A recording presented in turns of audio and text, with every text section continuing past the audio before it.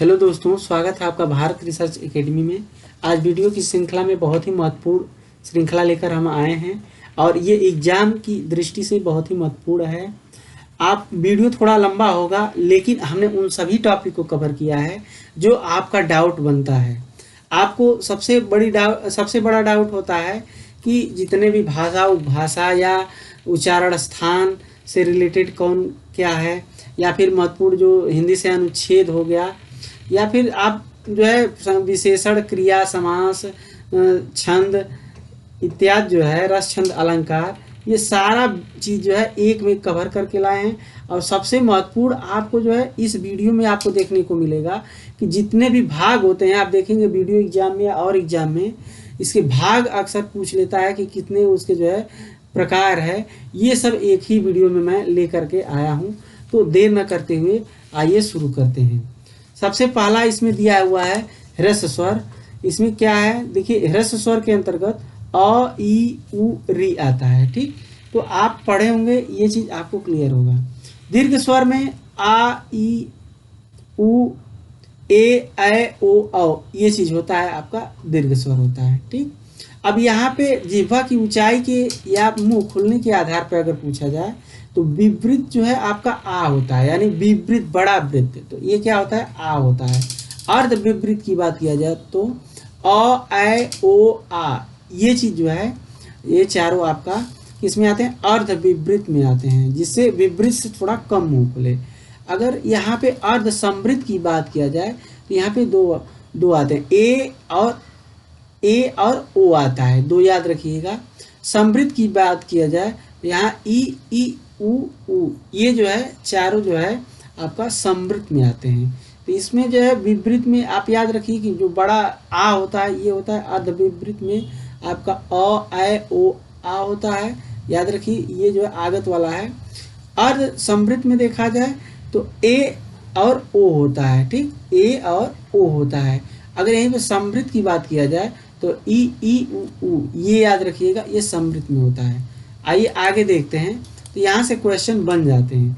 अब यहाँ पे दिया हुआ है जिह्वा की उत्थापित जो है भाग के आधार पे देखा जाए तो इसमें जो है अग्र स्वर के अंतर्गत ई, ए, ऐ होता है। ठीक, और केंद्रीय स्वर या मध्य स्वर के अंतर्गत अ आता है, और पश्च स्वर के अंतर्गत आपका आ, उ, बड़ा ओ, औ, आ आता है। यानी इसका सीधा सा फंडा जानिए कि केंद्रीय स्वर में या मध्य स्वर में अ आता है। बाकी इस अ की तरह देखिए, इसमें भी ये बना हुआ है, इसमें भी ये इधर मुंह खुला हुआ है, यहाँ भी खुला हुआ है, यहाँ भी, तो सब में खुला हुआ है। तो इसका ट्रिक ये जान लीजिए, ये पश्च स्वर होता है। अब बकिए का जो है ई, ए, ऐ को जो है आप अग्र स्वर में रख देंगे। तो इस तरीके से आप केंद्रीय स्वर में अ को रख दीजिए, और इस तरफ मुंह खुला हुआ है तो बाकी पश्च स्वर में रख दीजिए जितने भी आते हैं, और जो आपका ये चारों बच रहे हैं इनको आप अग्र स्वर में रख सकते हैं। ठीक, अब जो है अगर आपसे पूछे, यहाँ पे देखते हैं, यहाँ पे दिया है ओष्ठ की स्थिति के आधार पे। ठीक, तो अवृतमुखी या अवर्तुल तो अ, ई, ए, ऐ होता है। ठीक, अवृतमुखी यानी वर्तुल जो होता है ये उ, बड़ा ओ, औ, आ होता है। ठीक, इसको याद रखिएगा। अब यहाँ वर्तुल के उच्चारण में होठों का आकार गोल हो जाता है, याद रखिएगा, वर्तुल में आपका होठों का आकार गोल हो जाता है। तो इस तरीके से इसको याद रखते हैं। देखिए ऊ का उच्चारण करेंगे या ओ का या औ का, तो इसमें क्या होता है, आपका गोल हो जाता है। तो ऊपर वाला जो अग्र पश्च मध्य बताएं उसका भी ट्रिक बता दिए, वो भी आपके दिमाग में बैठ गया होगा। इसका आप जो है वर्तुल का बना लीजिए कि जो होठ का आकार गोल हो जाता है ये आपका वर्तुल होता है, बाकी आपका अवर्तुल होगा। ठीक, अर्धवर्तुल की बात किया जाए तो आ होता है, इसमें ज्यादा खुल जाता है। ठीक, तो इसको आप देख लीजिएगा। नेक्स्ट हम देखते हैं, आगे चलते हैं। अब देखिए जिह्वा पेशी तनाव के आधार पे तो शिथिल में अ, ई, उ होता है, और कठोर में आ, ई, बड़ा उ होता है। अब यहाँ पे आ गया उच्चारण या समय मात्रा के आधार पे तो ह्रस्व स्वर होता है और दीर्घ स्वर होता है। ये देखिए याद रखिए, एग्जाम प्रेशर में भूल जाता है। जिह्वा पेशी के आधार पे ये शिथिल कठोर होता है, उच्चारण समय या मात्रा के आधार पे आपका ह्रस्व स्वर और दीर्घ स्वर होता है। ये ऊपर हम डिस्कस कर चुके हैं। आगे चलते हैं, इसमें समय नहीं लेते हुए आगे स्थान के आधार पर देखिए ये पूछ देता है। तो अपकंठ में अ, आ, अ, ठीक, जैसे सूत्र होता है अकु विसर्जनियानाम कंठ, तो क वर्ग होता है, ह भी इसमें आता है और बाकी अ होता है यानी अ। ठीक, तालब में ई आता है। ठीक, और इचुएशनाम तालु होता है तो य स और च वर्ग आता है, साथ में ई आता है। मूर्धन्य में री आता है, ऋतुसरणाम मूर्धा, र और स आता है और ट वर्ग आता है। ओष्ठ में आपका उ यानी इस पे ओष्ठ में आपका छोटा हुआ और बड़ा हुआ आता है और प वर्ग आता है। ठीक, दंतोष्ठ में आपका वो आता है, याद रखिएगा।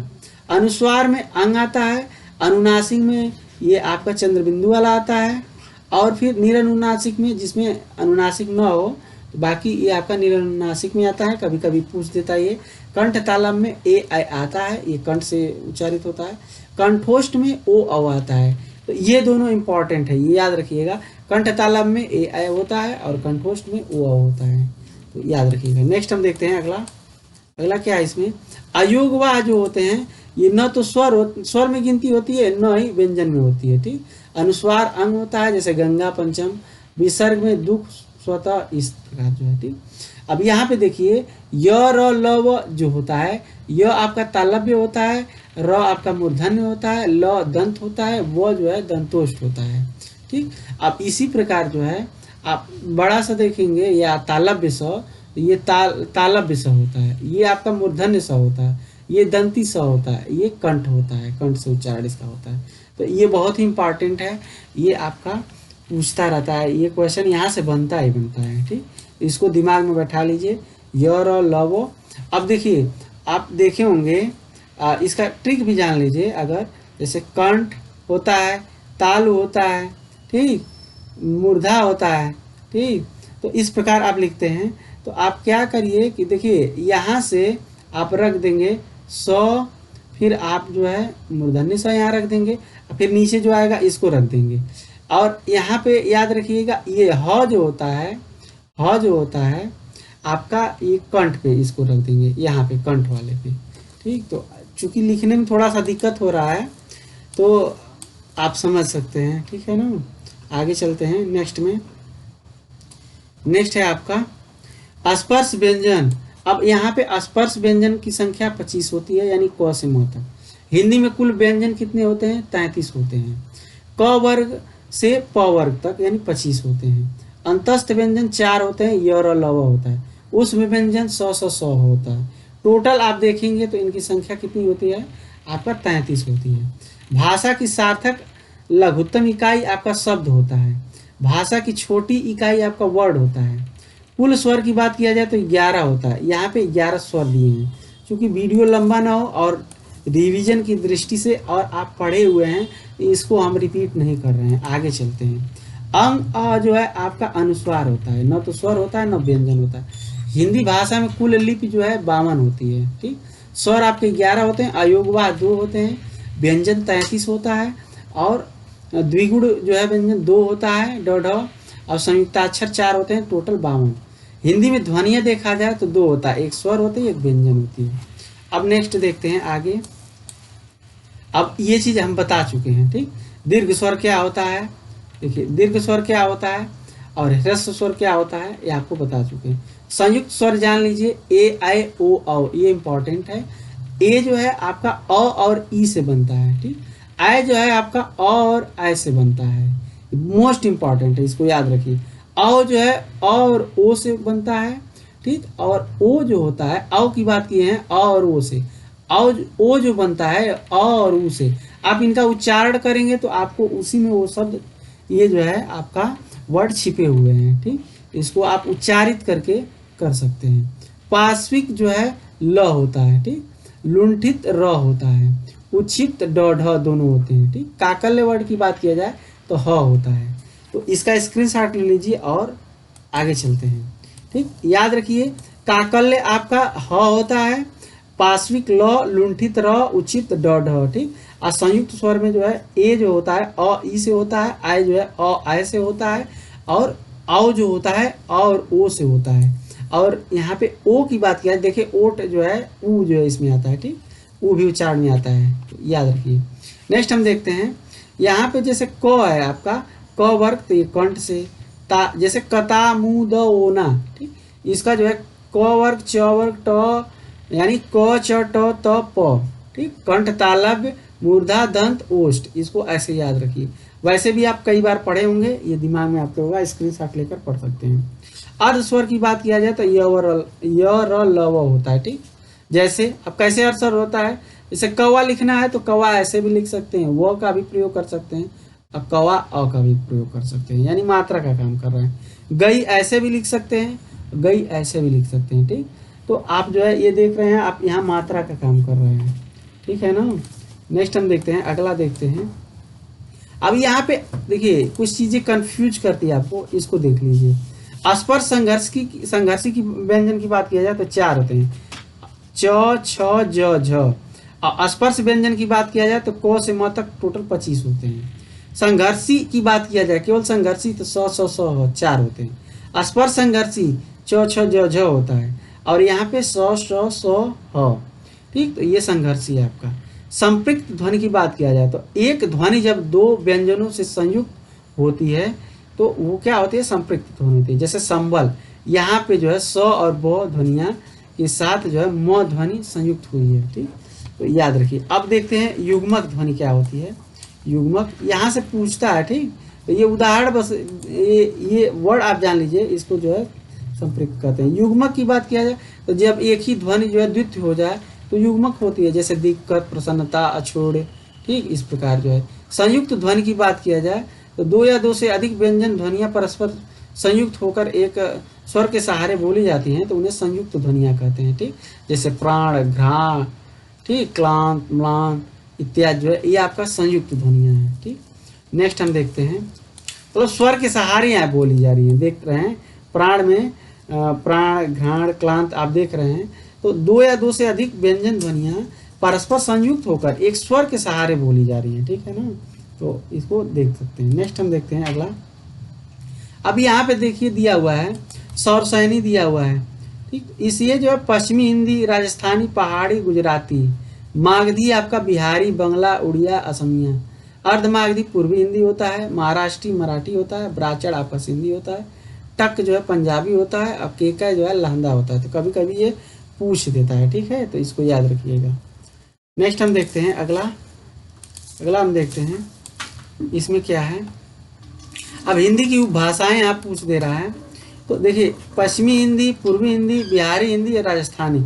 अब इनके अंतर्गत जैसे खड़ी हिंदी, खड़ी बोली आती है, कौरवी जिसको कहते हैं, ब्रज भाषा, हरियाणवी, बुंदेली, कन्नौजी, ठीक। ये पश्चिमी हिंदी के अंतर्गत आती हैं। पूर्वी हिंदी के अंतर्गत आपका अवधी, बघेली, छत्तीसगढ़ी आता है। अब बिहारी हिंदी के अंतर्गत आपका भोजपुरी, मगही, मैथिली, और राजस्थानी के अंतर्गत पश्चिमी राजस्थानी जिसको मारवाड़ी कहते हैं, पूर्वी राजस्थानी जयपुरी कहते हैं, उत्तरी राजस्थानी इसको मेवाती कहते हैं, दक्षिणी राजस्थानी, ठीक, आपका मालवी कहते हैं, मलावी कहते हैं। अब देखिए इसको ऐसे समझ लीजिए, जैसे मान लीजिए ये आपका जो है ये भारत का नक्शा है, ठीक। यहाँ पे हम एक ओवरव्यू के रूप में ऐसे बना ले रहे हैं। अब देखिए यहाँ पे जैसे राजस्थानी की बात किया जाए तो देखिए इधर जो है आप देखेंगे तो राजस्थान है, ठीक। यहाँ पे आप देखेंगे तो किसके नीचे है, यहाँ पे राजस्थान है से, ठीक। अब देखिए अब पश्चिमी राजस्थानी, तो इधर जो है आपका पूरब होता है, इधर पश्चिमी, तो इधर मारवाड़ क्षेत्र आता है, तो आपका जो है इधर क्या हो जाएगा, आपका मारवाड़ी हो जाएगा। अब देखिए यहाँ पूर्वी की बात किया जा रहा है तो इधर जयपुर आता है तो जयपुरी हो जाएगा। अब उत्तरी राजस्थान की बात किया जाए तो इधर मेवाती आ जाता है, मेवात, ठीक। और दक्षिणी राजस्थान की बात किया जाए तो यहाँ पे दक्षिण में यहाँ पे आपका मलावी आ जाता है, यानी मालवा का क्षेत्र यहाँ है तो दक्षिण में मलावी आ जाएगा, ठीक। तो इसको ऐसे दिमाग में बस बैठा लीजिए, कभी कभी ये पूछ देता है। इसी प्रकार आप देखेंगे कि यहाँ पे पूर्वी हिंदी में जैसे आपका देखेंगे यहाँ पे आप देखेंगे तो पूर्व में इधर देखेंगे तो अवध का, बघेल का और छत्तीसगढ़ का जो है आपका क्षेत्र आता है, तो ये पूर्वी हिंदी में आ जाता है। पश्चिमी हिंदी में आप देखेंगे तो यहाँ खड़ी बोली, कौरवी जिसको कहते हैं, ब्रज भाषा, और हरियाणवी आपका बुंदेली, कन्नौजी, ये सब इस क्षेत्र में आ जाते हैं। तो ये आप जो है ऐसे आप दिमाग में बैठा सकते हैं, ठीक। अब इधर देखेंगे तो इधर आपको बिहार क्षेत्र आ जाता है, तो आपका भोजपुरी यूपी से सटा हुआ यहाँ पे हो जाता है, मगही हो जाता है, मैथिली हो जाता है। तो बस इसको रटिए ना, आप दिमाग में ऐसे बैठा लीजिए कि इसको कैसे हम याद रखेंगे। जैसे इसमें बताए हैं आपका मालवी हो गया, ठीक। नेक्स्ट हम चलते हैं आगे। अब देखिए उद्भव यहाँ पे दिया हुआ है, उद्भव विकास क्रम। तो यहाँ पे संस्कृत, पाली, प्राकृत, अपभ्रंश और सैनी, पश्चिमी हिंदी, खड़ी बोली, ठीक। अवधि रचनाएं जो है, अब देखिए तुलसीदास, रामचरितमानस आपका तुलसीदास द्वारा ये अवधि में है। मृगावती कुतुबुन का ये आपका अवधि में है। मधुमालती मंझन का ये अवधि में है। पद्मावत आपका जायसी का ये अवधि में है, ठीक। तो इसको याद रखिएगा। नेक्स्ट हम देखते हैं आगे। अब देखिए कुछ अनुच्छेद है पूछ देगा। तो देखिए भारतीय संघ की राजभाषा हिंदी, ठीक। दर्जा ये 14 सितंबर 1949 को दिया गया, ठीक। लिपि कौन सी है? देवनागरी लिपि है। भाग 17 में, अनुच्छेद 343 51 में है। अब 44 में 344 अनुच्छेद में बात किया जाए तो राजभाषा के संबंध में और आयोग संसद की समिति जो होगी राजभाषा के संबंध में और आयोग संसद की समिति, ये 344 में। 345 में आपका राज्य की राजभाषा या राजभाषाएं होगी। 346 में एक राज्य से दूसरे राज्य या किसी राज्य और संघ राज्य के बीच जो है पत्रात जो होगा, ये 46 में है। 48 में उच्चतम न्यायालय और उच्च न्यायालय की भाषा होगी आपका 348 मोस्ट इम्पॉर्टेंट, इसको कर लीजिए। और 350 इम्पॉर्टेंट है प्राथमिक स्तर पर मातृभाषा, ये भी इम्पॉर्टेंट है। ये रखने का यही मतलब है, ये पूछे तो आप गलत ना करें। 350 ख जो है भाषाई अल्पसंख्यक हेतु जो है विशेषाधिकार है। और 391 हिंदी के विकास से संबंधित है। इधर के चारों बहुत इंपॉर्टेंट है, याद रखिएगा। नेक्स्ट हम देखते हैं अगला हम देखते हैं आगे। आपको देखिए, अब देखिए यहाँ पे इंपॉर्टेंट है, ये पूछ देता है जनरली। 21वां संशोधन 1967 में हुआ और इसमें सिंधी जोड़ा गया, ठीक, 8वीं अनुसूची में। 71वां संशोधन आपका 92 में हुआ, नेपाली, मणिपुरी, कोकड़ी, ठीक। नमक, इसको याद कर लीजिए, नमक, ठीक, नमक। अब 92वां संशोधन 2003 में हुआ, मैथिली, डोगरी, बोडो, संथाली, ठीक, इसको याद कर लीजिए। मूल संविधान में 14 भाषा थी, याद रखिएगा, और ये बाद में आपका जुड़ी है, ठीक। वर्तमान में कितनी भाषाएं? 22 भाषाएं। नेक्स्ट हम देखते हैं अगला देखते हैं भाषा व उनकी लिपियां। अब यहाँ पे कभी कभी पूछ देता है, अब पंजाबी है तो इसका गुरमुखी होता है लहदा, ठीक, तो ये फारसी होता है। हिंदी, मराठी, याद रखिए देवनागरी होता है। सर्वप्रथम प्रयोग गुजरात में हुआ था, ठीक। देखिए मराठी का भी जो है, मराठी भी देवनागरी लिपि में लिखी जाती है, ठीक।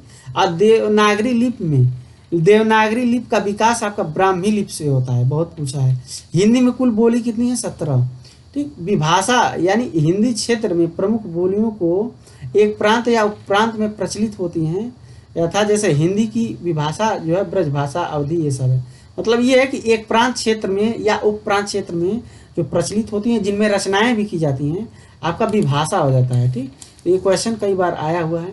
अब देखिए 5 उपभाषाएं हैं और 17 बोलियां हैं, ये इंपॉर्टेंट है। यहाँ से पश्चिमी हिंदी के अंतर्गत खड़ी बोली, करवी कहते हैं, हरियाणी, बांगरू या दक्षिण कहते हैं, ठीक। तीसरा आपका ब्रजभाषा बुंदेली हो गया, कन्नौजी हो गया, तो ये पश्चिमी हिंदी के अंतर्गत आते हैं, ठीक। आप मैप पे दिमाग को जो है मैप में लाइए, मैप को दिमाग में, और इसके बाद आपका ये क्लियर होता जाएगा। दिमाग में बैठाइए, ठीक, मैप को। राजस्थानी हिंदी आपका मारवाड़ी, जयपुरी, मेवाती और मालवी, ठीक। पूर्वी हिंदी में अवधी, बघेली, छत्तीसगढ़ी, ठीक। नेक्स्ट हम देखते हैं अगला। आपका बिहारी हिंदी में आपका भोजपुरी आ जाएगा, भोजपुरी, मगही, मैथिली, कुमायूनी, गढ़वाली, ठीक। अब हिंदी भाषी राज्य ये पूछ देता है, कुल कितने हैं? तो 10 हैं। 9 राज्य और 1 केंद्र शासित प्रदेश है। आपका यूपी है, बिहार है, झारखंड है, एमपी है, छत्तीसगढ़ है, हिमाचल प्रदेश है, उत्तराखंड है, हरियाणा है, राजस्थान है, दिल्ली है। तो याद रखिए एक आपका जो है केंद्र शासित प्रदेश है, बाकी आपका 9 राज्य हैं। ये पूछ देता है, आप जो है इसको दिमाग में रखिए। नेक्स्ट हम देखते हैं, इसका स्क्रीनशॉट ले करके और एक बार रिवीजन कर लीजिए। अब यहाँ पे संज्ञा के भेद है। अब संज्ञा के भेद बहुत डीप में नहीं जाएंगे। व्यक्तिवाचक संज्ञा में आपका दीपावली, गंगा, राम इत्यादि हो गया। जातिवाचक संज्ञा में प्रोफेसर, पुरुष, गाय, ये सब हो गया। भाववाचक में बुढ़ापा, लड़कपन, मित्रता, ये सब। समूहवाचक में सभा, मंडल, दल, गुच्छा, सेना, कुंज, गिरोह, ये सब आपका समूहवाचक में। द्रव्यवाचक में चमड़ा, दूध, पानी, पेट्रोल इत्यादि जो है ये द्रव्यवाचक में आ गया। गांधी को राष्ट्रपिता कहा गया। अब वाक्य में संज्ञा पूछे इस तरह प्रयोग करके, तो ये जातिवाचक के उदाहरण है। इसी प्रकार भारत का समुद्रगुप्त भारत का नेपोलियन था। ये जातिवाचक का जो है ये जातिवाचक आ जाएगा। ठीक, तो नेक्स्ट हम चलते हैं अगला। अब यहाँ लिंग की बात किया जा रहा है। ठीक, हिंदी में कितने लिंग हैं? 2 है, एक लिंग पुल्लिंग है आपका और स्त्रीलिंग है। ठीक, नर जात का बोध करता है और मादा जात का। ठीक, 2 भेद होते हैं। हिंदी में लिंग निर्धारण होता है तो अब देखिए यहाँ पे अब 4 ऑप्शन दिया गया, तो ये संज्ञा के आधार पे होता है। ठीक, ये विकार उत्पन्न करते हैं, ये जो बाकी हैं ये विकार उत्पन्न करते हैं संज्ञा में, लेकिन लिंग का निर्धारण संज्ञा के आधार पे होता है। ठीक, अब यहाँ पे कुछ और तथ्य देख लेते हैं इससे संबंधित। देखिए यहाँ पे हम अपवाद और जो उस तरीके के क्वेश्चन जहाँ पे दिक्कत होता है वही हम डिस्कस करेंगे।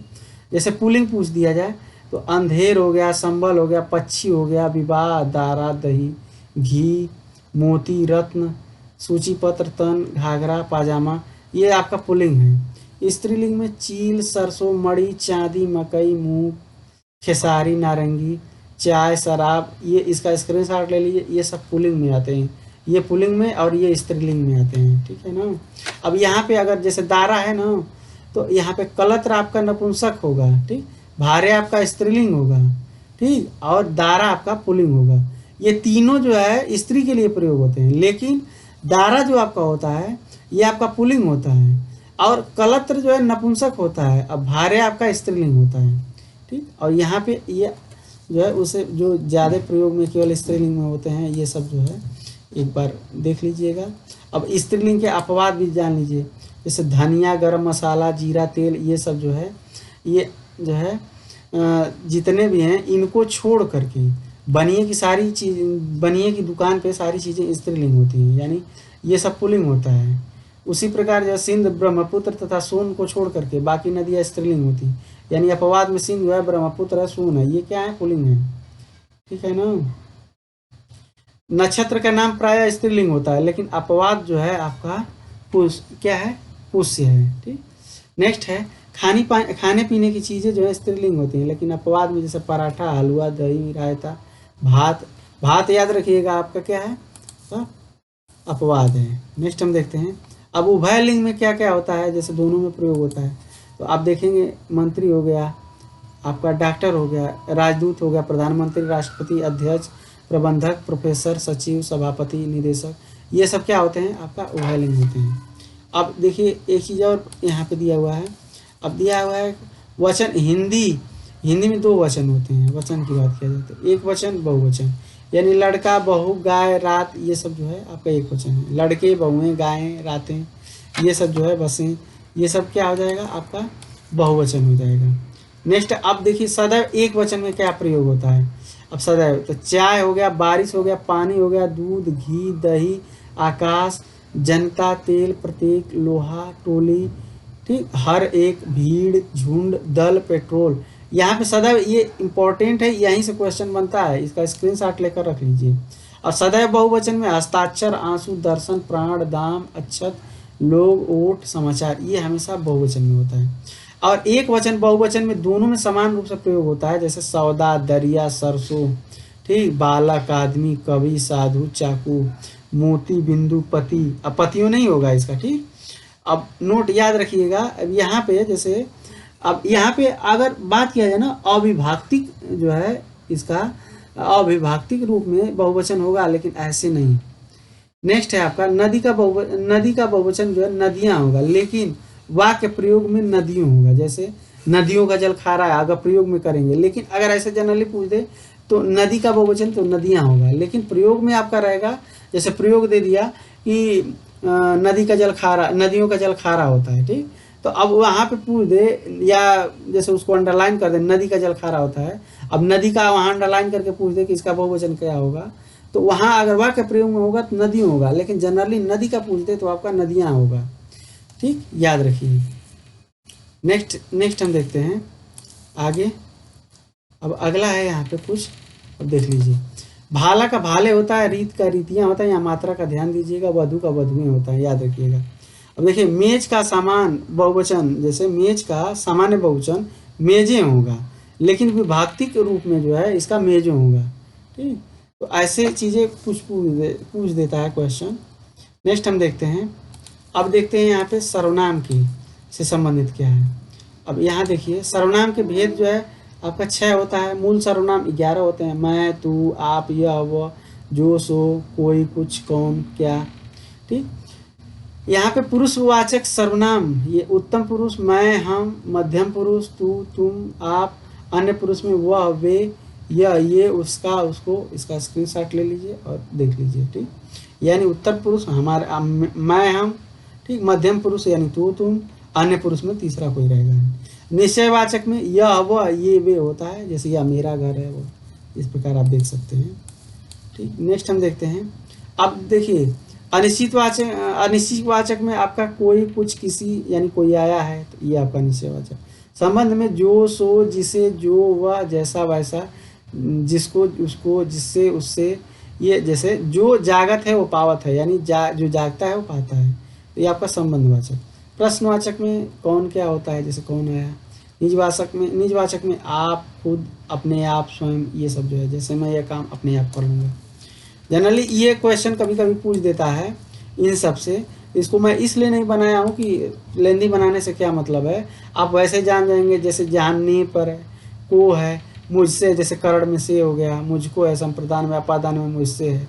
तो इस तरीके से आप आएगा तो कर ले जाएंगे। बाकी जो है आप पढ़े होंगे तो बुक में दिया होगा। ठीक। लेकिन ज़्यादा लेंदी ना हो वीडियो, इसलिए मैंने इसको नहीं पूरा नहीं किया। नेक्स्ट हम देखते हैं अगला। अब क्रिया के मूल रूप को धातु कहते हैं, याद रखिए।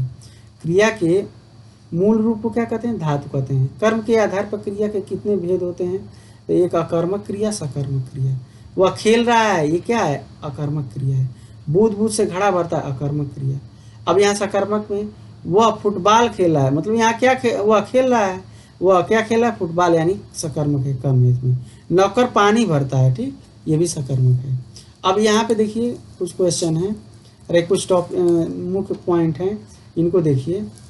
अब यहाँ पे दिया हुआ है कि रचना की दृष्टि से क्रिया के भेद, जैसे रूढ़, ठीक, या मूल क्रिया और यौगिक क्रिया है। रूढ़ क्रियाएं धातुओं से बनती हैं और यौगिक क्रियाएं यहाँ पे देखिए। अब इसको मैं जूम थोड़ा बढ़ा करके और आपको दिखा दे रहा हूँ। यहाँ पे ये जूम बढ़ने में, यहाँ से देख लीजिए। अब यहाँ पे देखिए दिया हुआ है कि प्रेरणार्थक क्रिया क्या होती है। तो प्रेरणार्थक क्रिया, अब यहाँ पे देखिए, प्रेरणार्थक में कर्ता स्वयं न करके दूसरे से करवाता है, ठीक। जैसे प्रथम प्रेरणार्थक मोहन, ठीक, मोहन सबको भजन सुनाता है, ठीक। तो ये आपका प्रथम प्रेरणार्थक हो जाएगी, यानी कर्ता भी इसमें सम्मिलित होता है। और द्वितीय प्रेरणार्थक में वह नौकर से गाड़ी धुलवाता है, ये द्वितीय प्रेरणार्थक है, यानी कर्ता स्वयं न करके आपका दूसरे से कराता है, तो ये द्वितीय प्रेरणार्थक है। संयुक्त क्रिया की बात किया जाए तो दो या दो से अधिक क्रिया से बने, इसको संयुक्त क्रिया कहते हैं, ठीक। दो से अधिक क्रिया, इसको संयुक्त क्रिया। जैसे लड़का प्रसन्न होकर चलता बना, राजन खाना खा चुका है, इसमें डबल है, देखिए, प्रसन्न होकर चलता बना। अनुकरणात्मक क्रिया जो है, यानी किसी ध्वनि या अनुकरण से बना हुआ, तो जैसे आप देखेंगे, आप यहाँ पे जैसे देखेंगे, यहाँ पे खटखट से खटखटाना हो गया, थप से थपथपाना हो गया, भन भनाना, ठीक, इत्यादि जो है, खटखटाना, थपथपाना, भन भनाना, ये अनुकरणात्मक यानी ध्वन्यात्मक होती है।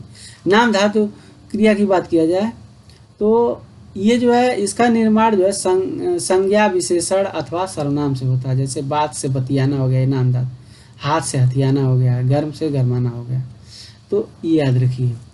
नेक्स्ट हम देखते हैं अगला हम देखते हैं। अब यहाँ से अब आगे देखते हैं। अब यहाँ पे देखिए दिया है संज्ञा नाम धातु से क्या क्या है। तो संज्ञा नाम धातु से आपका संज्ञा और नाम धातु है, और नाम धातु क्रिया है। जैसे झूठ से झूठ होगा, झूठलाना होगा। माटी से मटिया होगा, और मटियाना हो गया। जैसे संज्ञा नाम धातु से, अब ये तो संज्ञा है, ये विशेषण नाम धातु से। अब ये संज्ञा नाम धातु, ये नाम धातु, यानी विशेषण से जो बन रहा है। लज्जा से लजा, लजाना। लालच से लालच, ललचाना। ये नाम धातु की बात हो रही है, याद रखिए, कभी कभी ये नाम धातु का पूछ देता है, ठीक। और यहाँ पे जो है फिल्म है, यहाँ फिल्मी है, ये फिल्माना हो गया। ये आपका नाम धातु कभी कभी पूछ देता है। आगे चलते हैं। अर्थ की दृष्टि से क्रिया के कई भेद होते हैं, याद रखिए। जैसे आरंभ बोधक क्रिया, वह नाचने लगा, सीता खेलने लगी, ये आरंभ बोधक है। अवकाश बोधक संयुक्त क्रिया, जैसे राम बड़ी मुश्किल से सो पाया। समाप्ति बोधक संयुक्त क्रिया, अब ये सो चुके थे, रामू खा चुका था। ठीक, ये समाप्ति बोधक, मतलब इसमें समाप्त, ये नाम से ही स्पष्ट है। इच्छा बोधक, मैं घर आना चाहता हूँ, ये इच्छा है, हमारी इच्छा है। ठीक, तो ये आपका। फिर देखिए अनुमति बोधक पूछ देगा, तो मुझे सोने दो, मुझे कहने दो। नित्यता बोधक, नदी बह रही है, पेड़ बढ़ता गया। शक्ति बोधक, मैं लिख सकता हूँ, मतलब उसमें शक्ति है, मतलब कर सकता हूँ, ठीक, पढ़ सकता हूँ। अभ्यास बोधक, तुम हमेशा पढ़ा करते हो, ये अभ्यास बोधक हो। पुनरुक्त में वह खेला कूदा करता है, ये पुनरुक्त हो रहा है। निश्चय बोधक में जैसे देखा जाए, यहाँ पे जो है व्यवहार निश्चितता का जो है पता चले। निश्चय बोधक में जैसे यह बीच में ही बोल उठा, मैं मार दूंगा, यानी निश्चित बोधक, मैं मार दूंगा, निश्चित क्रिया, यानी व्यवहार निश्चितता का पता चलता है इसमें। नेक्स्ट हम देखते हैं अगला। अब पूर्वकालिक क्रिया कभी कभी पूछ देता है। पूर्वकालिक यानी उसने नहा कर भोजन किया, तो ये पूर्वकालिक क्रिया है। अब पढ़कर क्या होगा, ठीक, ये पूर्वकालिक क्रिया है। नाम बोधक में हथियाना, लजाना, रंगना, दुखाना, बतियाना, ये सब नाम बोधक है। द्विकर्मक क्रिया में दीपा ने गाय को चारा खिलाया, यानी गाय और चारा ये दो कर्म है, तो द्विकर्मक हो गया। नेक्स्ट हम देखते हैं अगला। संयुक्त क्रिया के 11 भेद होते हैं। अब यहाँ जैसे तुम प्रतिदिन पढ़ने आया करो, ये संयुक्त क्रिया है। पहली प्रधान और दूसरी जो है अर्थ में विशेषता उत्पन्न करती है। संभावनार्थक क्रिया जो है, मोहन खेल रहा होगा, ये संभावनार्थक। कभी कभी ऐसे पूछ देता है। योजक क्रिया, चूड़ी अच्छी थी, अब ये थी जो है योजक क्रिया हो गई, तो ये भी मोस्ट इम्पॉर्टेंट है। अब देखिए यहाँ कारक के भेद हम देख लेते हैं। ठीक, कारक के भेद क्या है। अब यहाँ पे कारक के भेद जो है 8 भेद हैं, इसको देख लीजिए। कारक विभक्तियाँ यहाँ पे कर्ता ने, ठीक, कर्म को, करण से, द्वारा, संप्रदान को, के लिए, हेतु, अपादान से, अलगाव के अर्थ में। अब यहाँ पे संबंध है। अब संबंध में देखिए का की, रा री रे, ये सब रहता है। अधिकरण में पर, विषय में। संबोधन में हे, अरे, अहो, अजी, ये सब रहता है। अब यहाँ पे देखिए कर्ता कारक क्या है। अब कर्ता कारक हम देख लेते हैं। अब कर्ता में क्या होता है आपका, शिक्षक ने पाठ पढ़ाया, ठीक, शिक्षक ने पाठ पढ़ाया। मोहन को जाना है, उसने टेढ़ी चाल चली, ये आपका कर्ता कारक है। ठीक, जब अकर्मक क्रिया सकर्मक बन जाए तब ने का प्रयोग होता है, ठीक है ना। जब अकर्मक क्रिया सकर्मक बन जाती है तब ने का प्रयोग होता है। ऐसे आप देखेंगे ने का प्रयोग नहीं होता है, यानी अकर्मक क्रिया सकर्मक, यानी शिक्षक ने पाठ पढ़ाया, अब यहाँ सकर्मक हो गया, ठीक, तो यहाँ पे ने का प्रयोग हुआ है। ठीक, अब यहाँ अकर्मक है तो यहाँ पे नहीं हुआ है। नेक्स्ट हम देखते हैं अगला है कर्म, यानी कर्म को, यानी रमेश मोहन को पैसा देता है। अब मोहन को पैसा देता है, तो ये गौड़ कार्य है, ये मुख्य कार्य, यानी पैसा देना मुख्य कार्य है। ठीक, माँ ने बाजार से कपड़ा खरीदा, यहाँ कपड़ा में जो है कर्म कारक है, क्योंकि कपड़ा का संबंध कर्म से है। अब यहाँ पे कर्ण कारक देख लेते हैं। उदाहरण आप बुक से आप पढ़ लीजिएगा, लंबा वीडियो हो जाएगा। कर्ण कारक इसलिए मैं उसको नहीं लाया हूँ। कर्ण कारक की बात किया जाए तो से के द्वारा होता है। वह चम्मच से चावल खाता है, ये कर्ण कारक है। नोट, जिसकी सहायता से किसी कार्य जिसकी सहायता से कार्य हो, याद रखिएगा, उसको कर्ण कारक कहते हैं। मतलब माध्यम या सहायता की जरूरत होती है। जैसे चम्मच से खाना खाता है ना, तो आपका कर्ण कारक हो गया। जैसे वह कलम से पत्र लिखता है, यानी कलम से कर्ण है। राम ने रावण को बाण से मारा, कानों सुनी बात यकीन मत करो। ठीक, तो ये आपका कर्ण कारक हो गया। नेक्स्ट है अगला हम देखते हैं संप्रदान कारक।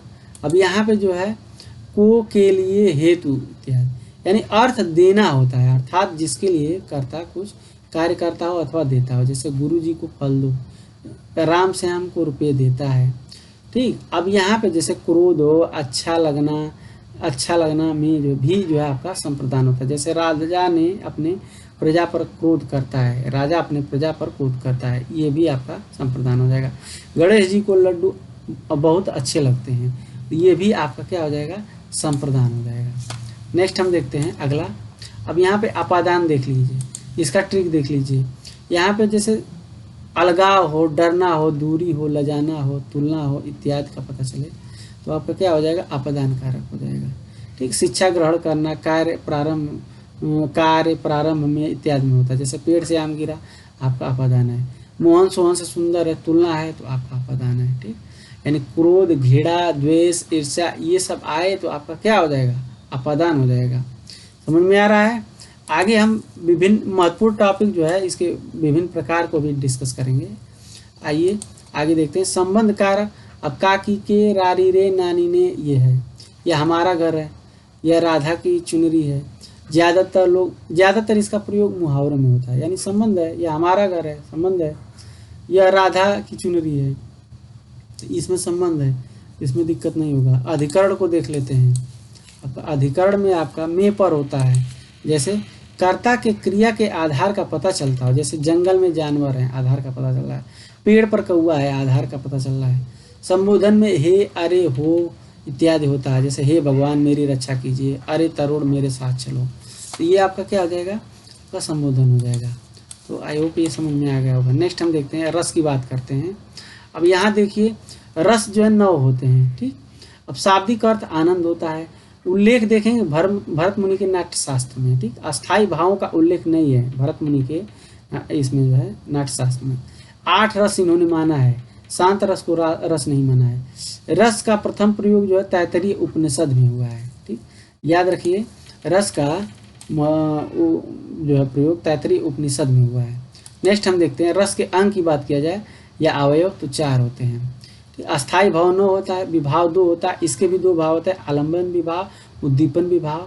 अब आलंबन विभाव के आश्रयालंबन और विषयालंबन होता है। ठीक, अनुभाव की बात किया जाए तो 4 होता है। ठीक, ये कायिक, वाचिक, आहार्य और सात्विक होता है। अब सात्विक के भी जो है 8 भेद होते हैं, उतना डीप नहीं जाएंगे। संचारी भाव 33 होता है। नेक्स्ट हम देखते हैं अगला। अब देखिए यहाँ पे रस की जो है यहाँ पे दिया है, श्रृंगार रस का रति होता है, हास्य रस का हास होता है, करुण रस का शोक होता है, वीर रस का उत्साह होता है, रौद्र रस का क्रोध होता है, भयानक रस का भय होता है।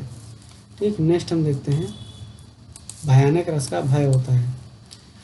अब यहाँ पे दिया हुआ है, विभत्स रस का घृणा या जुगुप्सा होता है, अद्भुत रस का विस्मय या आश्चर्य होता है, शांत रस का निर्वेद होता है, वात्सल्य रस का जो है वात्सल्य होता है, भक्ति रस का भगवत विषयक रति होता है या अनुराग होता है। ठीक, तो याद रखिएगा 11 है। यहाँ पे श्रृंगार रस के व्यापक दायरे में ये दोनों आ जाएंगे। आपका रस आपका 9 ही होगा, अगर पूछे तो 9 होगा, याद रखिएगा। श्रृंगार रस के व्यापक दायरे में ये दोनों आ जाते हैं। कुल रस पूछे तो कितना हो जाएगा, 9, याद रखिएगा। अब देखते हैं, अब इसका उदाहरण आप बुक से देख लीजिएगा। इसके छंद से संबंधित देख लेते हैं। छंद का अर्थ होता है आह्लादित करना या खुश करना। सर्वप्रथम उल्लेख ये ऋग्वेद में, देखिए वो उसका रस का जो है तैत्तरीय में है, लेकिन इसका छंद का आपका ऋग्वेद में है। दूसरा नाम इसका पिंगल होता है। ठीक, आदि प्रणेता पिंगल ऋषि हैं, पिंगल शास्त्र यानी छंद शास्त्र इसको कहा जाता है। नेक्स्ट हम देखते हैं, अब देखिए छंद के अंग पूछे तो छंद के अंग तो 7 होता है अंग। ठीक, वर्ण और मात्रा, पाद या चरण। ठीक, अब वर्ण मात्रा में जैसे लघु स्वर हो गया, इसमें अ इ उरी होता है, दीर्घ स्वर हो गया आपका, इसमें बाकी जितने होते हैं, इसके अलावा जितने बाकी होंगे इसमें आ जाएंगे। पाद जो है या चरण, ये आपका 4 चरण या अधिक भी होता है। ठीक, पहला तीसरा आपका विषम चरण होता है, जनरली ये भी क्वेश्चन पूछ देता है। दूसरा चौथा आपका समचरण होता है। अब गणों की संख्या अगर बात किया जाए तो 8 होते हैं। ठीक, कितने होते हैं, 8 याद रखिएगा। ठीक, अब ये जो है यगड़ मगड़ तगड़ तगड़ रगड़ जगड़ भगड़ नगड़ सगड़, यमाता राज भान सलगा, इसका सूत्र क्या है, यमाता राज भान सलगा। ठीक, तो इतना अंदर से तो कभी कभी पूछता है, इसको याद रखिएगा। लघु और गुरु स्वर की बात किया जाए तो आपका अ इ उरी एक मात्रिक स्वर है, और बाकी जो है आपका द्विमात्रिक स्वर है। ठीक, गति जो है और यत विराम और तुक को आगे देखते हैं। नेक्स्ट हम देखते हैं आगे। अब देखिए लघु वर्ण जो है अब कौन कौन सा है, तो अ इ उरी। ठीक, यानी क की कु क्री ये सब जो है। चंद्र बिंदु वाले जो है लघु वर्ण आते हैं। याद रखिए मात्रा की गणना में अगर लघु वर्ण जिसको ऐसे करके आप करते हैं और गुरु स्वर को ऐसे करके गिनते हैं आप, तो आपका जो है आपका लघु वर्ण में यानी अ ई उ री जो है, जैसे क हो गया, की हो गया, तो आप ये देख लीजिए इसको ध्यान से, मोस्ट इम्पॉर्टेंट। ठीक, चंद्र बिंदु वाले आपका लघु स्वर आते हैं। संयुक्त व्यंजन जो है ये जैसे ए आ गया आपका, त्य हो गया, त्वा हो गया, तो ये आ जैसे हाँ हो गया, तो ये आपका किस में आएगा, आपका एक ही वर्ण में। जैसे कमल है तो आपका देखिए इसकी मात्रा एक एक एक, ठीक, ये होगा। गुरु स्वर की बात किया जाए तो लघु स्वर अ ई री के बाद जितने भी होते हैं आपका गुरु स्वर होते हैं। अनुस्वार जो होता है जैसे अनुस्वार और विसर्ग, याद रखिए मोस्ट इम्पॉर्टेंट, ये आपके जो है डबल मात्रा इसमें गिनी जाएगी। जैसे संसार हो गया, नींद हो गया, अंगीठी हो गया, अंत हो गया, दुख हो गया, सुतह, तो जहाँ पे अनुस्वार और विसर्ग रहेगा आपका डबल मात्रा। संयुक्ताक्षर के पूर्व अगर लघु वर्ण है तो भी आपका गुरु होगा, यानी गुरु वर्ण होगा, उसको डबल मात्रा गिनी।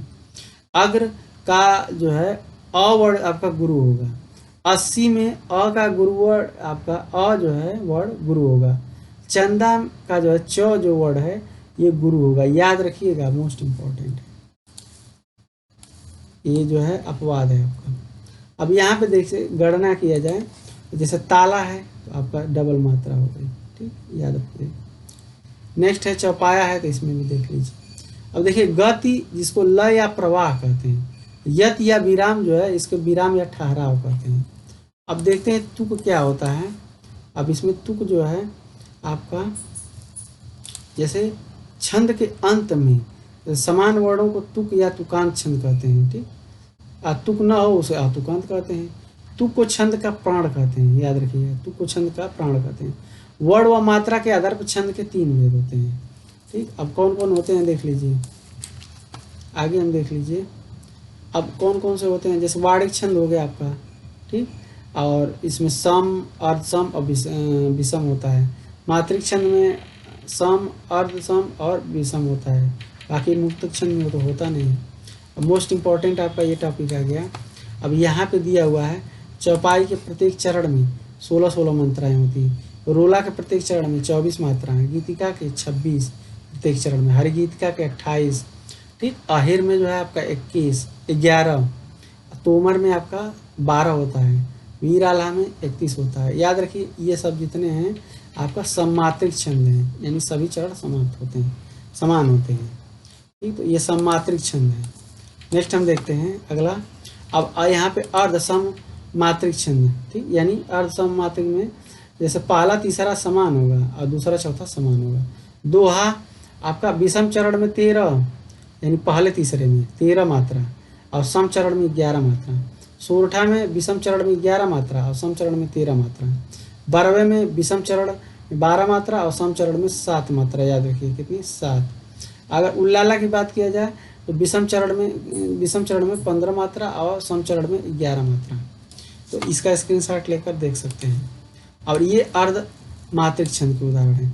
अब यहाँ पे विषम मात्रिक में आपका कुंडलिया हो जाता है और छप्पय हो जाता है। कुंडलियों को याद करने का तरीका है दोहा और रोला से, यानी DR, याद रखिए DR, ठीक। और छप्पय आपका रोला और उल्लाला से बनता है, ये मोस्ट इंपॉर्टेंट है, ये पूछ देता है कुंडलिया किससे बना है, तो DR डॉक्टर से बना है, यानी दोहा और रोला से बना है।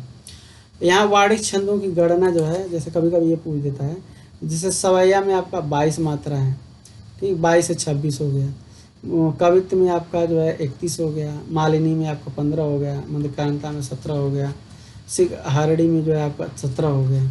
बाकी आप यहाँ देख लीजिए, यहाँ देखिए इन सब में जो है 11-11 मात्रा होती हैं, ठीक। उपेंद्र वजा, शालिनी, ये सब इंद्र वजा, उपेंद्र वजा सब में प्रत्येक चरण में। घनाक्षारी में 31 होता है। वसंत तुलिका में 14 होता है। द्रुत विलंबित में छंद में आपका 12 होता है। तोटक में जो है आपका 12 होता है, ठीक। तो ये बहुत इंपॉर्टेंट नहीं है, इसमें मेन ही पूछता है, तो इसको इसकी। दोहा का उल्टा सोरठा होता है, याद रखिएगा। दोहा का उल्टा क्या होता है, सोरठा होता है। अब यहाँ अलंकार देखते हैं। अलंकार में अलम और कार से बना हुआ है, ठीक। अलंकार शब्द के जनक आचार्य भामा है, ठीक। भेद मुक्त 2 होता है, ठीक।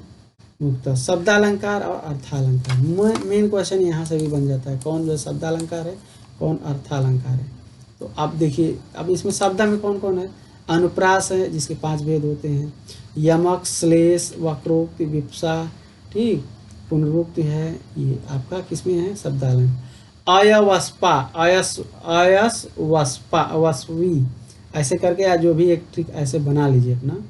बाकी उपमा, रूपक, उत्प्रेक्षा, मानवीकरण, विरोधाभास, आपका संदेह, अतिशयोक्ति, भ्रांतिमान, ये सब आपके किस में आते हैं, अर्थालंकार में आते हैं। इसके बहुत सारे भेद हैं, ये पूछेगा नहीं। मेन हम देखते हैं अनुप्रास। अनुप्रास के 5 भेद होते हैं, मतलब जहाँ एक ही वर्ड या अक्षर की बार बार आवृत्ति हो, अनुप्रास अलंकार। जैसे कंकिन, किंकिर, नुपुर, धुनि, सुनि, कहत, लखत, सन, राम, हृदय गुनि, यहाँ क, स, 9 वर्ड का जो है आवृत्ति हो रहा है, ठीक। अब यहाँ देखिए, तरन तनुजा, तट तमाल, तरवर वह छाए, अझुके कूल सो जल को, मन हित मनहु सुहाए। अब पहली लाइन में पूछेगा तो आपका अनुप्रास हो जाएगा, लेकिन अगर दूसरी लाइन में पूछेगा तो उत्प्रेक्षा हो जाएगा, क्योंकि यहाँ पे क्या है, मनो, मानो, जनो, जानो वाला ये चीज़ मनहु आ गया है, ठीक। लेकिन प्रश्न में अगर दूसरी पंक्ति में पूछे तो वही चीज़ बताए हैं। नेक्स्ट हम देखते हैं अगर अगला। अब यहाँ यमक की बात किया जाए तो यमक का अर्थ होता है 2 या जोड़ा। जब कोई शब्द एक से अधिक बार आए तो उसका जो है अर्थ अलग अलग हो जाता है। जैसे यमक अलंकार, ठीक, 3 बेर खाती थी वो 3 बेर खाती, यहाँ बेर का एक का अर्थ है बेर हो गया और एक बेर का अर्थ है पहर या समय हो गया, ठीक। तो यमक अलंकार, इसको याद रखिएगा। नेक्स्ट हम देखते हैं श्लेष अलंकार, यानी चिपका हुआ इसका अर्थ होता है, यानी एक से अधिक अर्थ निकले हैं। जैसे रहीमन पानी राखिए, बिन पानी सब सून, पानी गए न उबरे मोती मानस सून, यानी पहले पानी का अर्थ जो है चमक यानी मोती से संबंधित, दूसरे का प्रतिष्ठा इज्जत से संबंधित, तीसरे का जो है जल, और तीसरा और जो है तीसरे का, ठीक। तो ये आपका एक ही शब्द का कई सारे अर्थ जो है चिपका हुआ, तो आपका श्लेष हो गया। उत्प्रेक्षा की बात किया जाए तो जहाँ उपमेय में उपमान की संभावना प्रकट की जाए वो उत्प्रेक्षा है, ठीक।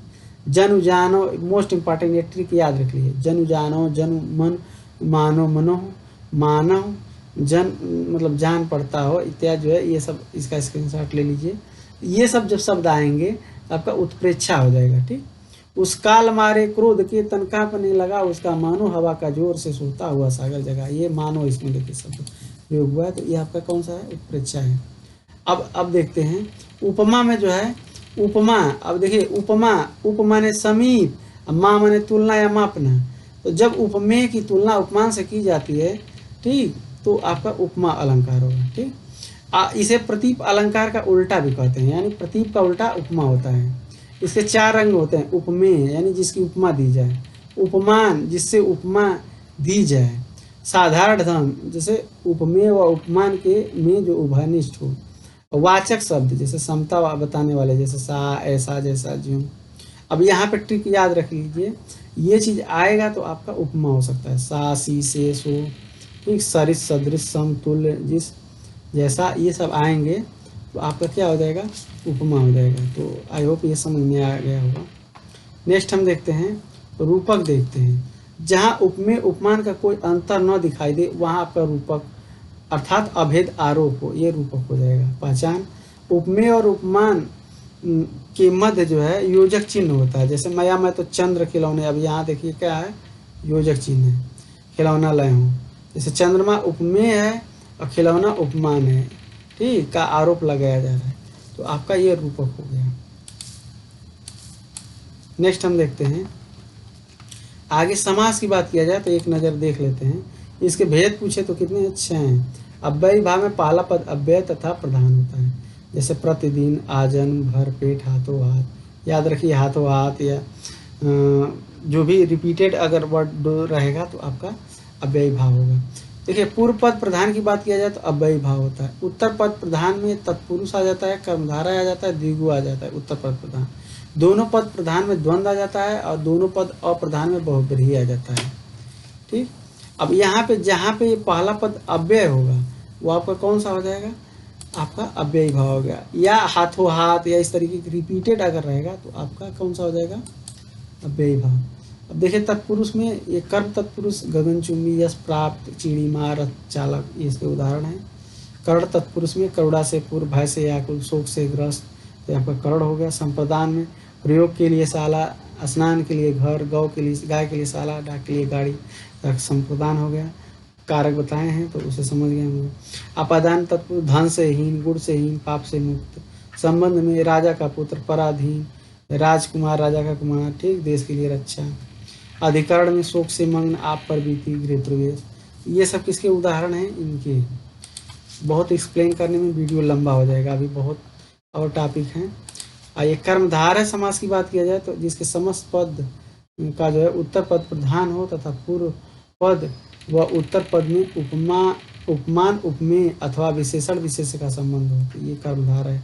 जैसे चरण कमल, क्रोधान, लाल मणि, अधमरा, यानी आधा है जो मरा, ये आपका क्या आ जाएगा? आपका कर्मधारय हो जाएगा। नेक्स्ट हम द्विग की बात करते हैं तो पूर्व पद संख्यावाची होता है, जैसे दोपहर, त्रिलोक, चौराहा, ठीक। द्वंद्व की बात किया जाए तो दोनों पद प्रधान होते हैं, जैसे नदी, नाले, छल, कपट, नर, नारी, यहाँ पर द्वंद्व हो गया। नेक्स्ट हम देखते हैं अगला, बहुब्रीहि की बात किया जाए तो कोई पद प्रधान न हो, तीसरा अर्थ निकले, जैसे लंबोदर, दशानन, महावीर, पंकज, निशाचर, ठीक, यानी ये राक्षस के लिए हो गया, पंकज कमल, ठीक, लंबोदर इत्यादि। अब कुछ इंपॉर्टेंट ये देख लीजिए, जैसे ऐसे पूछ देता है, तो आप देखिए जैसे का पुरुष में कर्मधारय आपका हो गया, ठीक। तिल पापड़े में कर्मधारय हो गया। दिनानुदिन अव्यय भाव हो गया, दिन और अन्य, दिनानुदिन अगर ये आएगा तो इम्पोर्टेंट है। और देवासुर, देव और असुर द्वंद्व हो गया। धर्माधर्म, धर्म में द्वंद्व हो गया। पकौड़ी में कर्मधारय हो गया। पल पल में अव्यय भाव रिपीट हो रहा है। महाशय में कर्मधारय हो गया। बार बार में अव्यय भाव रिपीट हो रहा है, जब एक ही वर्ड दो बार होता है तो ये सब याद रखिएगा। नेक्स्ट हम देखते हैं अगला हम देखते हैं विशेषण में, देख लीजिए। अब देखिए इसमें जो है संज्ञा से, अब यहाँ संज्ञा से पेटू, लोभी, पहाड़ी, क्रोधी, ये संज्ञा से बन गया विशेषण। सर्वनाम से देखा जाए तो इतना, कितना, आप वाली, ये सर्वनाम से है, ठीक। क्रिया से देखा जाए तो चलती गाड़ी, खाया मुँह, नृत्य करने वाली तरुड़ी, पढ़ता सुग्गा, ठीक, ये सब आपका क्या है? क्रिया से। अव्यय से देखा जाए तो बाहरी व्यक्ति, ठीक, भीतरी बसें, ये सब क्या है? एक जो है अव्यय से बना हुआ है। अब भेद देखिए, भेद जो है, अब पहले भेद में आपका गुणवाचक है, ठीक। जैसे आप आकार पूछे तो नुकीला, गोल, चौड़ा, या इसके ये भेद हैं, ठीक। अब इसके गुणवाचक के भेद हैं। तो इसमें आकारवाचक पूछे तो नुकीला, गोल, चौड़ा, लंबा, ये सब हो जाएगा। रंग पूछे तो लाल, पीला, नीला, ये सब आपका क्या हो जाएगा? गुणवाचक हो जाएगा। काल में नया, पुराना, ये सब हो जाएगा। गुण में जैसे कोई गुण, भला, झूठा, सच्चा, ये सब। दशा में जो है गीला, सूखा, ये दशा का हो जाएगा। स्थानवाचक बाहरी, भीतरी, ठीक, ये नाम से ही क्लियर हो जा रहा है। अब नेक्स्ट हम देखते हैं अगला। अब यहाँ पे क्या है? संख्यावाचक विशेषण। अब संख्यावाचक में क्या क्या है देख लीजिए। संख्यावाचक में आपका दिया हुआ है, अब गणनाबोधक में पूर्णांक गणनाबोधक हो गया, अपूर्णांक हो गया। 1, 2, 4 ये जो है पूर्णांक हो गया। अपूर्ण में जो है पाव, आधा, पौन, ये सब अपूर्णांक हो गया। क्रम बोधक में पहला, चौथा, तृतीय, ये सब आपका क्रम है, पहला, दूसरा, एक क्रम है। आवृत्ति में जैसे 100 गुना, 100 गुना, 2 गुना, दूना, जैसे ये आवृत्ति है, यानी किसी चीज़ का 2 गुना, 4 गुना कर रहे हैं, आवृत्ति है। समुदाय में जैसे 3 लड़के, 7 घर, दोनों भाई, ठीक, तो ये आप समुदायवाचक। प्रत्येक बोधक में प्रत्येक व्यक्ति, हर एक नेता, एक एक अपराधी, ये आपका प्रत्येक बोधक हो गया। नेक्स्ट हम देखते हैं अगला।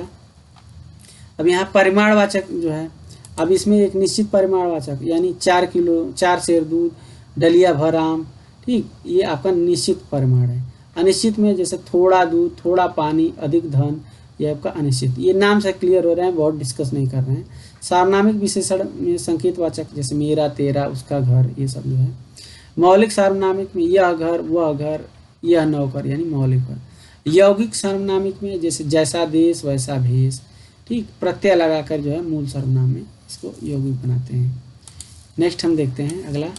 अब यहाँ प्रविशेषण की बात किया जाए तो प्रविशेषण, ठीक, यानी अति सुंदर लड़की, यानी कामता प्रसाद नहीं से अंतर विशेषण भी कहा, ये क्वेश्चन आ चुका है। यानी अति क्या है आपका? ये प्रविशेषण, यानी विशेषण की विशेषता बता रहा है, ठीक।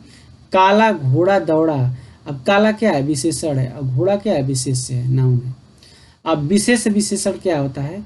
विशेष विशेषण से पहले आने वाले विशेष से पहले आने वाले विशेषण को विशेष विशेषण कहते हैं, ये पूछ देता है। तो जैसे सूनी जगह में भय लगता है, अब सूनी क्या है, विशेषण है, और जगह क्या है, विशेष है, ठीक, सूनी जगह। तो अब ये क्या है, विशेष से पहले जो है विशेषण आए तो उसको क्या कहते हैं, विशेष विशेषण, इसको याद रखिएगा, ठीक। यानी विशेष विशेषण किसे कहते हैं, यानी इसमें विशेष आपका बाद में आएगा, इसको क्रॉस याद करिए, ऐसे क्रॉस, यानी विशेष विशेषण यहाँ पूछ रहा है तो विशेष विशेषण, तो विशेष से बाद में आएगा, यहाँ देखिए बाद में आया है ना, अब विशेषण पहले आएगा, इसका ये ट्रिक है, ठीक, भूलेंगे नहीं, ये चीज़ जान लीजिए।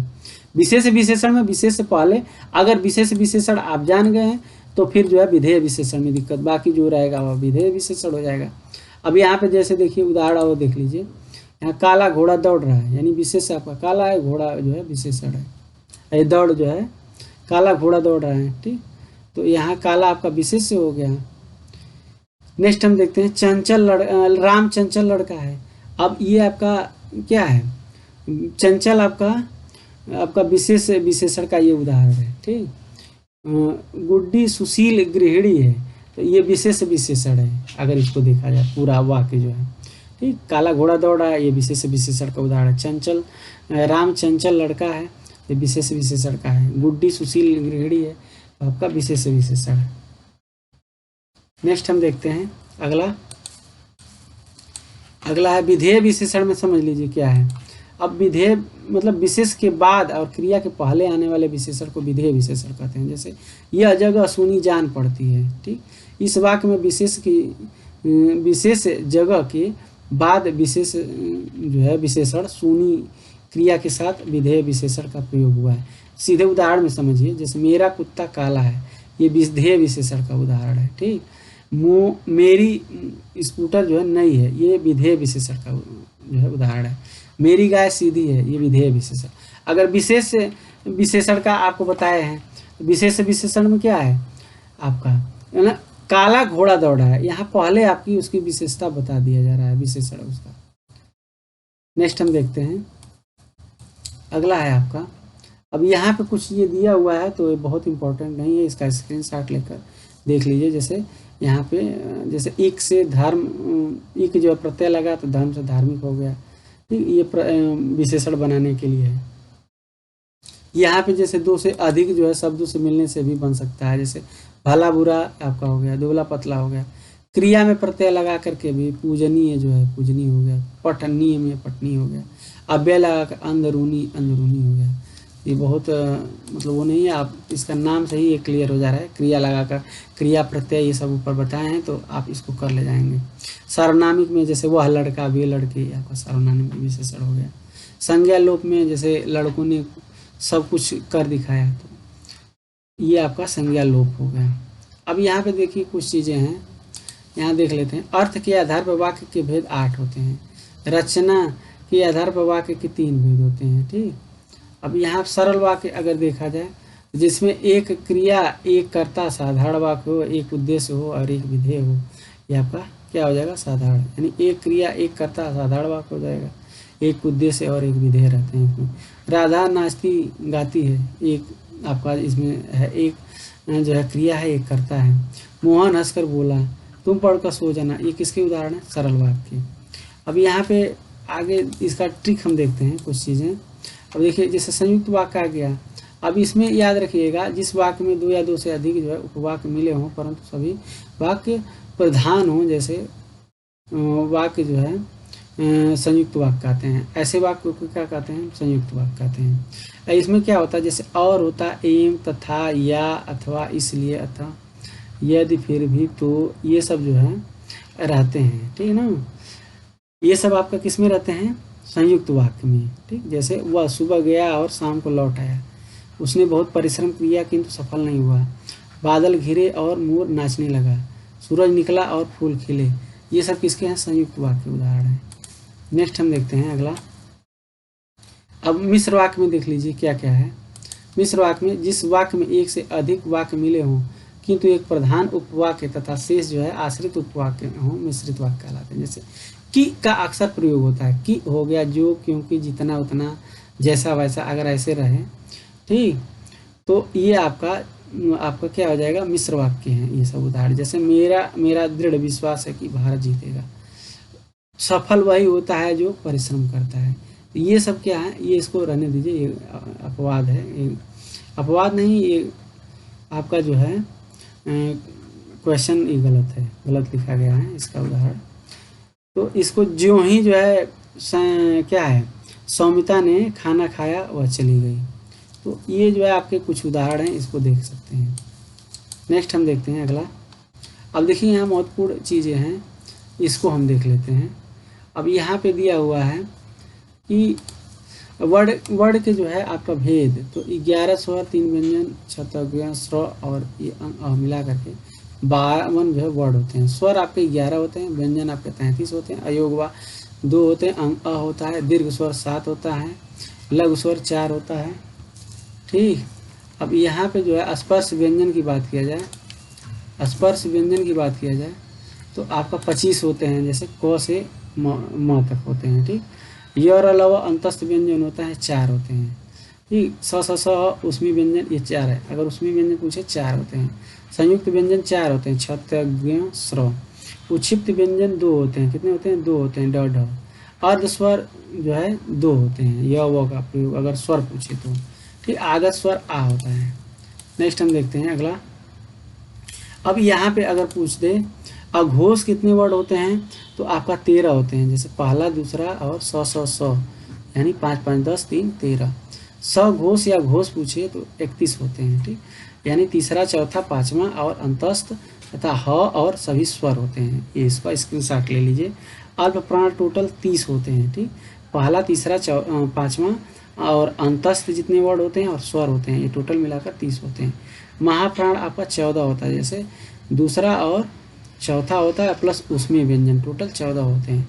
शब्द शक्ति के आधार पर 3 होता है, अभिधा लक्षणा व्यंजना।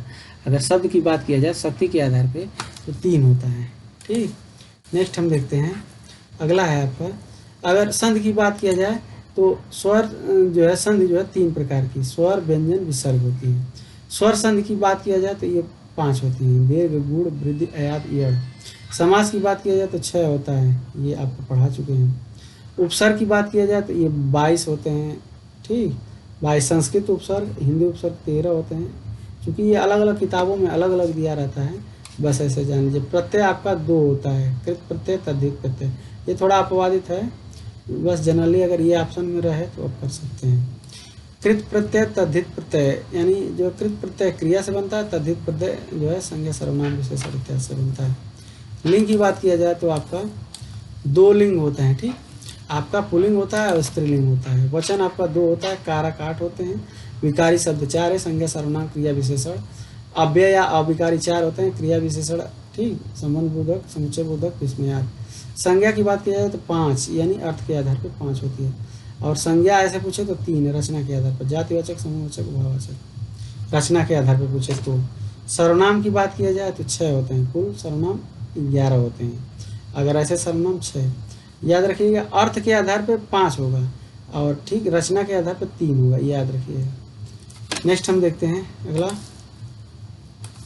अगला हम देखते हैं। अब यहाँ विशेषण की बात किया जाए, विशेषण कितने होते हैं, 4 होते हैं। क्रिया की बात किया जाए तो 2 होती है, सकर्मक और अकर्मक होते हैं, विशेषण 4। क्रिया जो है 6 अर्थ के आधार पर, और क्रिया विशेषण 4 होता है। संबंध बोधक अव्यय 14, ठीक, अर्थ के आधार पर। समुच्चय बोधक अव्यय 2 होता है। देखिए ये कुछ अलग अलग किताबों से मैं लेकर बनाया हूँ, तो किसी में जो है अलग अलग दिया रहता है, तो उसको लेकर क्लियर जो था ऑथेंटिक बुक से वही मैं बनाया हूँ। काल जो है 3 होता है, वर्तमान काल, भूतकाल, भविष्य काल। ठीक, नेक्स्ट हम देखते हैं अगला हम देखते हैं भूतकाल के 6 भेद होते हैं। ठीक, भूतकाल के 6 होते हैं, वर्तमान काल के 5, भविष्य काल के 3। रस जो है भरत मुनि के अनुसार जो है 8 होता है, शांत रस नहीं माने हैं। रस वैसे 9 होता है, अस्थायी भाव 9 होता है, रस के अंग 4 होते हैं, विभाव जो है 2 होता है, सात्विक भाव जो है 8 होता है। ये ऊपर डिस्कस कर चुके हैं, बस ये प्रकार अगर आएगा तो डायरेक्टली आंसर कर सकते हैं। अगर संचारी भाव की बात किया जाए तो 33 होता है। श्रृंगार रस को रसराज कहा जाता है। अनुभाव ये 2 भाग इसके होते हैं। ठीक, अनुभाव 4 होता है, अलंकार 3 होता है, शब्दार्थ 2 ही होता है। ठीक, ये जो है इसको 2 कर लीजिए, 2 होता है। शब्दार्थ होता है। उभयालंकार मतलब हिंदी में नहीं, मतलब ऐसे किसी में 3 दिया था, किसी में 2 दिया था, तो उभयालंकार अगर ऑप्शन में अगर 2 3 में एक ही दिया हो, 3 दिया हो तो कर सकते हैं। छंद 3 होता है, मात्रिक छंद, वर्णिक छंद और मुक्तक छंद। विराम कामता गुरु प्रसाद गुरु ने जो है 20 माना है। मात्रा के आधार पर जो है स्वर आपका 3 होता है। जिह्वा के आधार पर स्वर 3 होता है। ठीक, नेक्स्ट हम देखते हैं अगला है हिंदी में ध्वनियाँ 2 होती हैं। ठीक, और स्वर और व्यंजन। अब यहाँ पे जो है आपका शब्द के भेद देखा जाए तो यहाँ पे देखिए रचना के आधार पर 3 होता है, रूढ़, यौगिक, योग रूढ़ होता है। उत्पत्ति के आधार पर तद्भव, तत्सम, देशज, विदेशज होता है। अर्थ के आधार पर 4 होता है, एकार्थी, अनेकार्थी, पर्यायवाची और विपरीतार्थी। विकार के आधार पर जो है आपका 2 होता है। ठीक, एक विकारी होता है संज्ञा, सर्वनाम, विशेषण, क्रिया, और एक जो है आपका अविकारी होता है जिसमें आपका क्या क्या होता है, क्रिया विशेषण, अव्यय, क्रिया विशेषण, अविकारी में क्रिया विशेषण, संबंध बोधक और समुच्चय बोधक और विस्मयादि होता है। अगर यहाँ पे बात कर लिया जाए, वाक्य के खंड तो 2 होता है, एक उद्देश्य होता है और एक विधेय होता है। रचना वाक्य के भेद, रचना के अनुसार अगर वाक्य के भेद अगर पूछे तो 3 होता है, साधारण वाक्य, संयुक्त वाक्य और मिश्रित वाक्य अगर बात किया जाए तो। प्रयोग के आधार पर शब्द के प्रकार 2 होते हैं। ठीक, और रचना आधार पर वाक्य के प्रकार 2 होते हैं। अर्थ के आधार पर क्रिया विशेषण 4 होते हैं।